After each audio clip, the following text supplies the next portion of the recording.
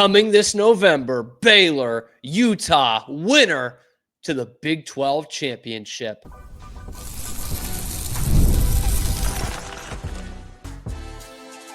You are Locked On Baylor, your daily podcast on the Baylor Bears. Part of the Locked On Podcast Network, your team every day. Hello there, Bears fans. Welcome to another episode of Locked On Baylor, brought to you by Gametime. I'm your host, Cam Stewart of ESPN Central Texas and the Cam Show on YouTube. Joining us, as always, on Wednesdays, Sydney Wicker, KCEN Channel 6. It is a Wicker Wednesday, and boy, do we have a lineup for you today. Phil Steele has put out his projections for the Big 12, and Baylor is pretty close to the top. About as close as you can get. Is it a two-horse race between Baylor and Utah to see who will win the Big 12 championship? Plus, Mac Rhodes, our beloved athletic director, taking some shots at Rob Wright and BYU over this new house settlement. Plus, did RG3 actually have a better Heisman year than Cam Newton? Should he be getting in the College Football Hall of Fame first? All that and more coming up on this episode of Locked On Baylor.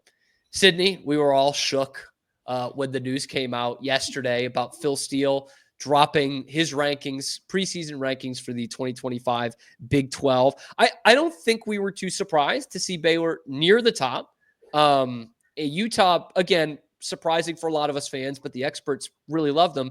Were you surprised to see both those teams at number one in the Big 12 preseason rankings?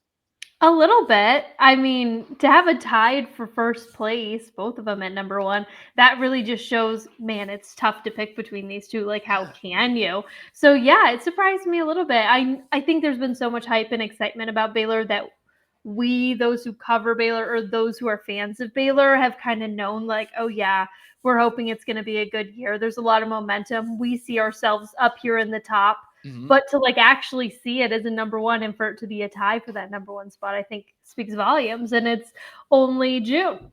Right. And it did feel like we were kind of alone in that, those of us around the program, because not that Baylor's been getting total disrespect. Let's be fair here. But they were kind of consistently picked like third, fourth by whatever these outlets are, by the Vegas odds. They just weren't in the number one spot. Now they are, according to Phil Steele. And let's take a look. I'll read off the rest of the list because there was no good picture to put on here. Baylor, Utah, Iowa State, all in that number one spot, because this is how Phil Steele does it, I guess. He's also got three in the number four spot. That would be Arizona State, defending champs, Kansas State, and Tech, followed by TCU and BYU. A lot of the BYU fans not very happy at their ranking, just behind TCU, a team they were much better than last year, and just ahead of Cincinnati, another team they were much better than last year. Kansas, Houston, UCF, this is where it starts to get predictable. Colorado at 12, Oklahoma State at 14, Arizona at 15, and the new, I almost said Neil Brown's West Virginia, the new Rich Rod West Virginia down at number 16, dead last in the Phil Steele rankings. This is where it gets interesting, though, Sydney, is looking at these top two teams.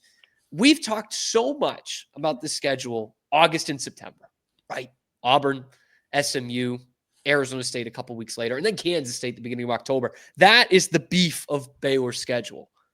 But now, with these projections, we kind of have to take Utah a little bit seriously. November 15th is Utah, Baylor, McLane Stadium, 10th game of the season for both teams, and about 3 weeks away from the Big 12 championship game. Is this going to be like a play-in game for Arlington? It's starting to feel like that 5 months in advance. If both these teams live up to the expectation, not only could this be the Big 12 game that determines who's going into the conference championship, but you're looking at a top 25 showdown potentially. Depending on what other matchups are going on that week, this could be a game that Game Day's looking at coming out to. You never know. This is definitely one to have circled on your calendars, though, as we start looking at the season. But it's going to be, I'm really curious to see, because last year Utah was picked first in the preseason poll. And then, of course, we didn't see them live up to that hype, and they didn't have the year that they had. So I'm curious to see if this Utah team will live up to this number one or this top seeding. And buyer beware when it comes to Utah here. They are rolling in a new quarterback, Devin Dampier from New Mexico, who they're high on, but he throws the ball to the other team about as often as he does to his own team at New Mexico, or at least to the ground as often as he does to his teammates. He's not a very accurate passer. Terrific athlete, though. That sounds a lot like DeQuan Finn, which Baylor had last year, and that didn't go well. In fact, Utah fans know that quite well after seeing that game in Salt Lake City last year.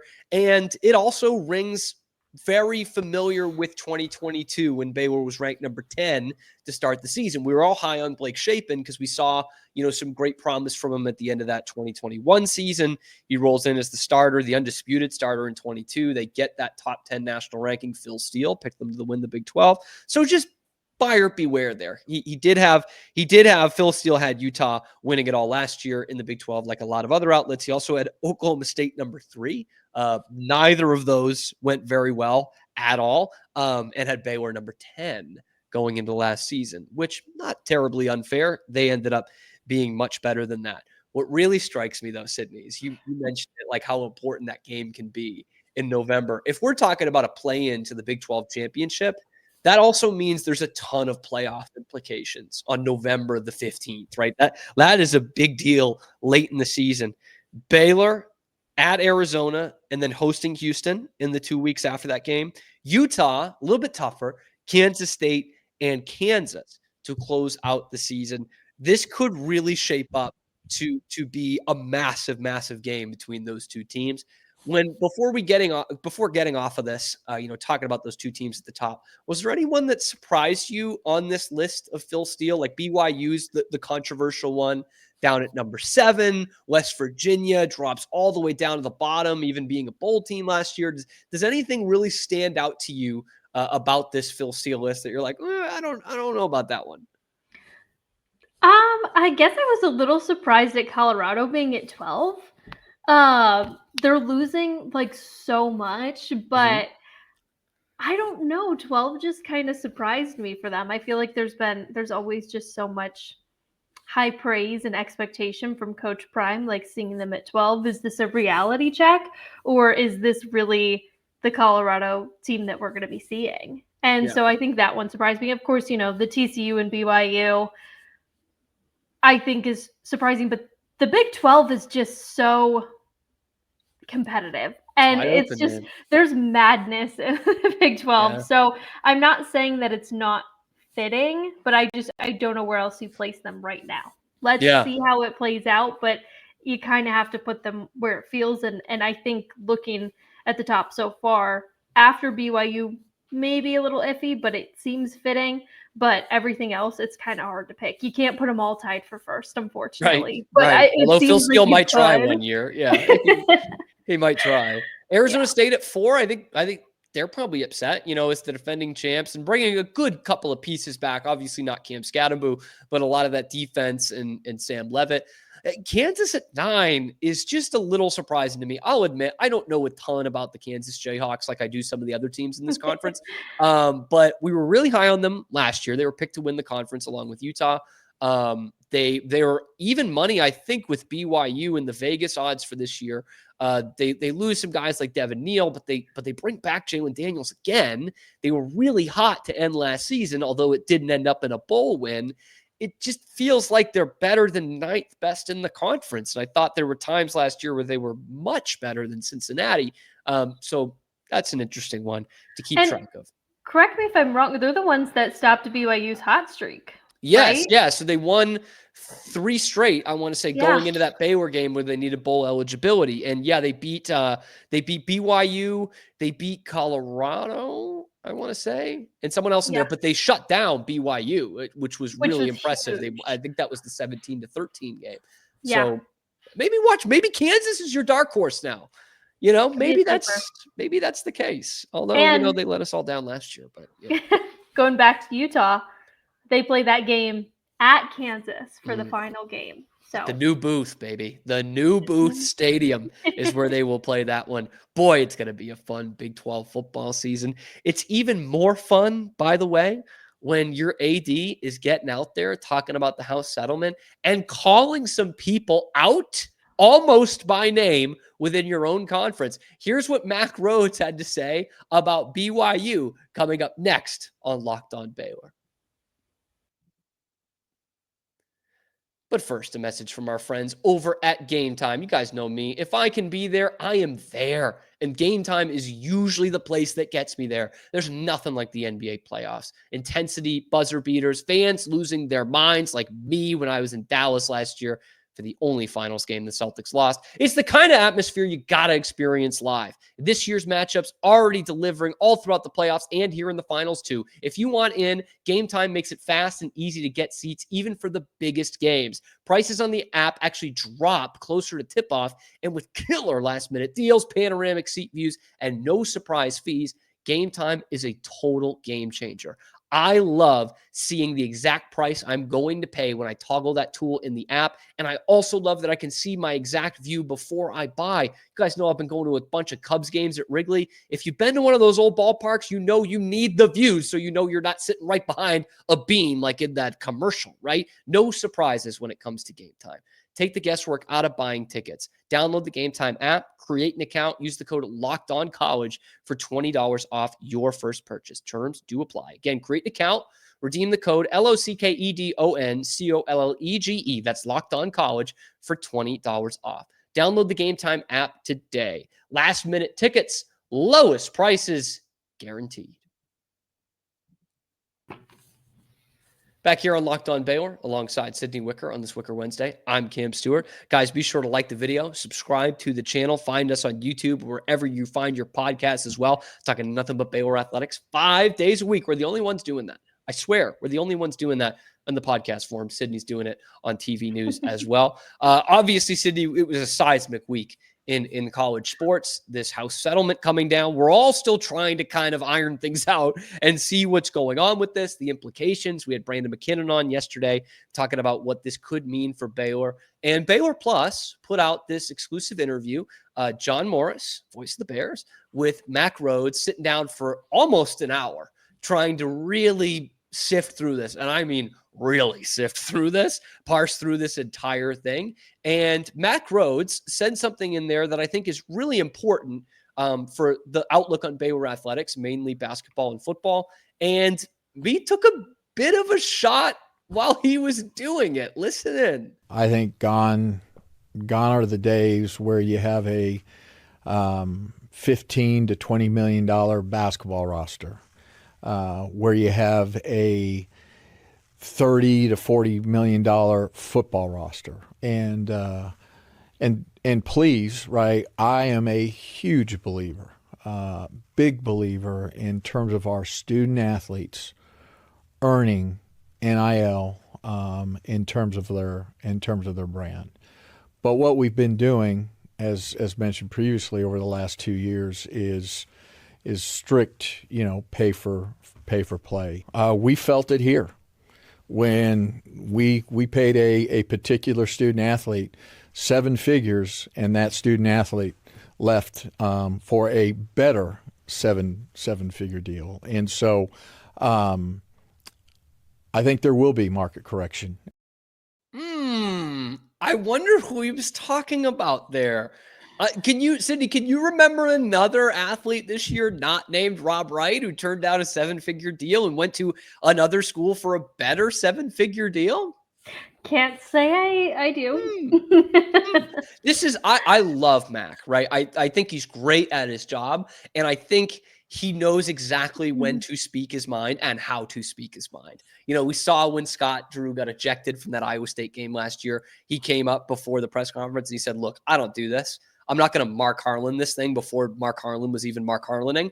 He was like, but that was a disgrace. Like that officiating, it was a disgrace. I'm going to talk to the league. And he just kind of picks his spots. On the Mosley show last year, he called out Chris Kapilovic after leaving after a couple of weeks and saying, we pay our coaches pretty well. We expect a commitment. He knows when to do it and when to say it. That was a clear jab at Rob Wright, really Rob Wright Jr., Rob Wright's dad, who was orchestrating this whole thing. But I think it speaks to why this is good for schools like Baylor and a lot of schools in the Big 12, right? Like, we're not going to be left out because we can't pony up $20 million for a basketball roster. Is outside of the shot there? Is that kind of how you read it, Sydney?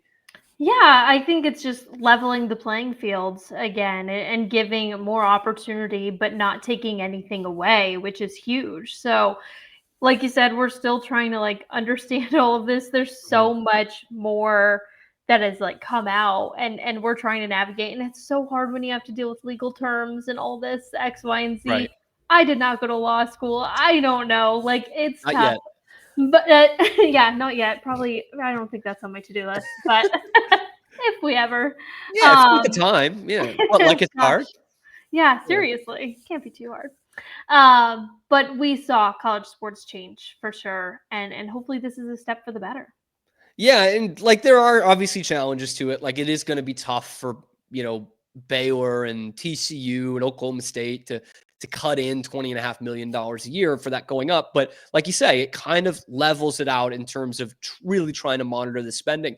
And what I got from that too is like, look, we don't need to relitigate the whole situation. We did plenty of segments and episodes on this, but that Rob Wright thing really cut deep inside the Baylor walls as not just an isolated Rob Wright situation, but the greater view of college sports. Like, you can tell that there, that's still something that is lingering there. Is that what you kind of got from it? Because that was my big takeaway, was like, clearly they're not going to go out and say it when it happens, but they were really pissed off about that. I mean, you don't say that if it doesn't still linger. Yeah. Like, right? When somebody like an ex or whatever says something or does something, like, and you get your chance to just like a little stab back, like, that's what it was. Yeah. Yes. We all know. Yeah. Like, we've all been there. And yes, that's what it screams. Like, I guess in a way it's bitter, but we're obviously biased, but it is justified. Like, they really felt the rug was pulled out from underneath them, whether it was the player or the player's dad. It was the player's dad. They are still PO'd about it. And I think we talked about it at the time of like, this is a greater view of the college sports world that we're in. What BYU did and what some other schools did, by the way, in the bidding process was not illegal. Like, they're not getting on probation because they went out and paid 7 figures for Rob Wright. We're not saying it's not illegal. We're not saying it's not part of what college basketball and college sports are right now. What we are saying is the kid made a commitment. He was getting paid a lot of money, but because of the guidelines the NIL had and the transfer portal has and college sports has, he was able to do that. And hopefully this new house settlement, if nothing else, will curtail a little bit of NIL and make sure something like that isn't happening, where they're just able to raise $3.5 million and sneak a kid in like that. Right. Oh, for sure. I think too, the reason that, Rhodes still holds on to this a little bit is because everybody, not that we felt gaslit, but it was such a surprise. Like, if there was one player we relied on their leadership to come back and to be the emerging leader for, it was Rob. And I remember watching him in that Mississippi State game or even the Duke game, and I was like, this is the next kid. Like, it was so clear. And then for all this to happen and him to not only go to BYU, but it was a team within the conference. It was just like, wow, like, at least, go to the SEC or the Big Ten. Like, let's switch gears. Come on, yeah. But Villanova, very okay with that. Fine. Well, not okay, but like, fine. Let's, get us out of our hair, so to speak. And by the way, that wasn't just you and I saying that. That was internal conversations. That was Scott Drew thinking that. Whether he's going to say it or not, when it's that kind of commitment, that's like, hey, man, we're going to lose a lot of the roster. You are our guy. We are giving you the keys here. So a little subtle shot by Mac Rhodes. I mean, not too subtle. I love it. Anybody else that he could be talking about. I love it too. Like, that is worth it to me. It's talk your feces, Mac Rhodes. Speaking of which, that's actually the worst segue ever. But we've got the College Football Hall of Fame to talk about, and Baylor's greatest ever player, arguably, is up for the first ballot. Cam Newton is known as having one of the greatest seasons of all time in college football, but was RG3's season the next year actually better? Let's talk about that next on Locked On Baylor.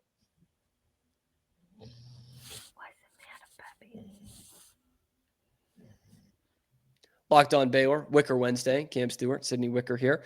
RG3 is up for the College Football Hall of Fame. I guess they just do like the Heisman winners in those 3-year spans because the graphic is Mark Ingram, 09 Heisman Trophy winner, Cam Newton, 2010 Heisman Trophy winner, RG3, 2011 Heisman Trophy winner. Cam Newton, 2010, is regarded as one of the greatest seasons in college football history. And I get it. That team around him kind of like didn't stink, but they weren't very good. Gene Chizik, the next year they're 4-8, and they won the national championship. RG3 2011 doesn't have kind of that star power around it. They didn't win the national championship, but Baylor won 10 games for the first time in over 20 years, man. It had been a long time since they had won 10 games. He wins the Alamo Bowl, first and only Heisman Trophy winner in Baylor's history. And that really kind of sets off a lot for Baylor. And really kind of sets off a lot for the entire school, not just the athletic program. Before we get into that, and before we get into kind of the comparison here, Sydney, we were both young, and both were not Baylor fans yet. I'm pretty confident saying that about you, right? You're not Yes. a Baylor fan yet. We won't hold against you. I was not either. But RG3 became one of the most exciting players in college football. Like, is there anything that you remember from that 2011 season that sticks with you? Yeah, so at that time, I was living in Michigan, getting ready to move to Colorado. So even as a little Midwest girl, RG3 was just a household name. Like, Yeah. I remember after we would go to a Michigan game for 10 hours, whatever, finally come home, Baylor's playing a late night. We turn on the TV and you watch this guy, and he was unreal. I had to go back and watch some stuff and really just like Jog the remember, memory because a that little was bit. Yeah. so long ago. Yeah. But yeah, I just seeing the way he was able to get out of the tackles in the Alamo Bowl and run in for a touchdown, that was a huge play that stood out to me. And then, of course, the game-winning touchdown against Oklahoma, who was ranked 5th at the time. Like, that just really cemented it. And I don't remember what game it was after when he, like, said, if I'm not the Heisman winner, like, yes, what are you guys I doing? can tell you. I love that. And I don't feel like at that time we saw that kind of, not sass, but like attitude or swagger with guys. And so I just felt like he was such a new like wave. And to see it as a guy from Baylor, like a program not a lot of people had talked about up until that point, was huge. Yeah, I mean, he gave Baylor so much legitimacy. I don't think anyone would argue with you on that. Like, it was Bryles and RG3 that lifted up this entire program. Yes, that was after the UT game, which is my probably fondest memory from him of that season. I'll give you two stories because I watched a lot of Texas Longhorns games when I was growing up. I will not tell you why, but I remember I didn't actually watch the game against TCU. That was one of the biggest games of that opening weekend. I was camping with my family, and my dad told me the score. He's like, "Oh my God, Baylor beat TCU. TCU just won the Rose Bowl the year before." And I was like, "Wow, did they still have that Griffin kid that lit up UT last year in Austin?" And he's like, "I don't know." And so it turns out the answer was yes. And that last game of the regular season was against the Texas Longhorns, and he lit them up 45-24. I want to say was the final score. And that was the first time that I was watching it with my dad. And he said, I think you could do well at a school like Baylor. Like, literally, that was the first time. He said, I think you'd really like it down there. The rest is history. But yes, it was after that game. They asked him if he would win the Heisman, and he said, I don't have a vote. It said something along the lines of like, I don't have a vote, but I think Baylor just won its first Heisman Trophy. And it was like, yeah, let's go. And looking back at the numbers on that season, like, he's really better than I think even some people remember, because he wasn't Auburn, Alabama, in the national championship conversation. He obviously had a great year, but it's kind of like Johnny Manziel too. You remember him for being a bust, which I'm putting in air quotes because he was debilitatingly injured. And I don't think that's fair to call him a bust versus Johnny Manziel just couldn't get his stuff together. That's a bust, right? RG3 got hurt. And looking at these numbers side by side, Sydney, I'm ready to put something bold out here. Let's do it. I think RG3 had a better Heisman year than Cam Newton did. Now, the question is not which season would you take, because I think all Baylor fans would take the Cam Newton season because they won the national championship. Yeah. I'm not saying that. And he carried that team. But statistically speaking, RG3 was better. Cam Newton, better runner. Okay, 12th in the nation in rushing yards that year as a quarterback, but 36th in the nation in passing yards, which is not typically what I want to see from my Heisman Trophy winning quarterback. In fact, he was about 600 yards behind and 23 spots behind RG3 in 2010, the year before RG3 won the Heisman Trophy. And RG beats him in the categories of completion percentage, touchdowns, and picks. More touchdowns, less picks, led the nation in touchdowns in 2011 with 37, led the nation in QB rating, led the nation in average yards per attempt and yards per game. Pretty good numbers. Now, we did not win the national championship, but when you're looking at those numbers in a prolific offense that Art Briles had, RG3 kind of had the better year. And Cam Newton's impact on that one season was obviously terrific for Auburn. But when we look at the impact on a school, which Auburn didn't need as much as Baylor, all the nice, shiny things that I saw in Baylor as a student or you see moving to Waco, that's RG3. Like when you're taking 35 South and you see that beautiful McLane Stadium, that is the house that RG3 built. That would not be there if he did not win the Heisman Trophy. That beautiful business school, that's him. Paul and Alejandra Foster Pavilion, great basketball programs. A lot had to do with RG3. Me hosting this podcast because I went to Baylor, a lot to do with RG3. It's called the Flutie effect. BC had the same thing, but Baylor benefited overnight exponentially by RG3 winning the Heisman Trophy. Football fandom, sure, but also applications, academic standards. R1 University, you can kind of thank RG3 for that too. It's pretty incredible, Sydney, to see the impact that he's had on this university even 15 years later, and I'm sure we'll continue to have. Well, I love that you bring that up, Cam, because when I was at the Texas High School Sports Hall of Fame, when he got inducted alongside Patrick Mahomes and all the other guys, Chip and Joanna Gaines were there. And as I was walking out of the event, Chip Gaines actually saw me and he stopped me and asked if he could help carry my bags. I thought it was so kind. And I was like, don't worry about it. But I just said, it's nice to see you and Joanna get out to so many things. Like I've seen him at countless basketball games and whatever. And he goes, well, it's because of RG3.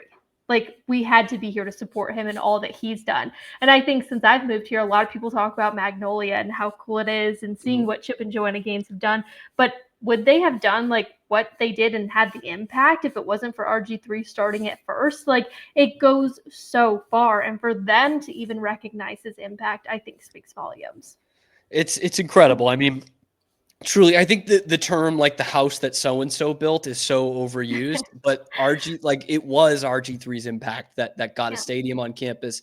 And again, I mean, there's plenty of people like me who are now fanatical Baylor fans who probably graduated from there, would have never heard of it or at least really known about it without a guy like RG3. So appreciate RG3 for making me the host of Locked On Baylor in a lot of ways. But we'll see how this goes. I mean, he should absolutely be in the College Football Hall of Fame. There's no doubt about that. It's really he and Singletary are the only arguments you have for the best Baylor player of all time. And this university obviously owes a ton to him.